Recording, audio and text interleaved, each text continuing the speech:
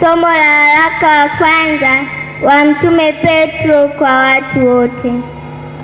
Mwendee yeye, jiwe lililo hai, lililokataliwa na wanadamu, bali kwa Mungu ni teule, lenye heshima.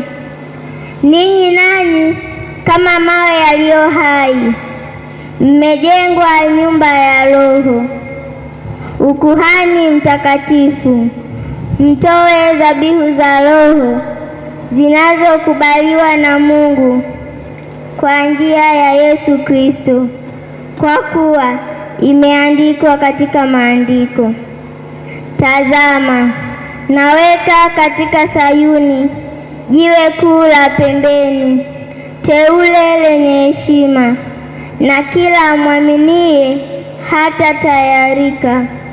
Basi heshima hii ni kwenu ninyi mnaoamini, bali kwao wasioamini jiwe walilolikataa waashi limekuwa jiwe kuu la pembeni, tena jiwe la kujikwaza mguu na mwamba wa kuangusha.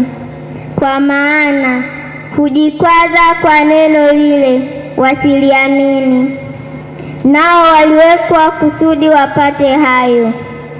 Bali ninyi ni mzao mteule, ukuhani wa kifalme, taifa takatifu, watu wa miliki ya Mungu, mpate kuzitangaza fadhili zake yeye aliyewaita mtoke gizani mkaingie katika nuru yake ya ajabu. Neno la Bwana.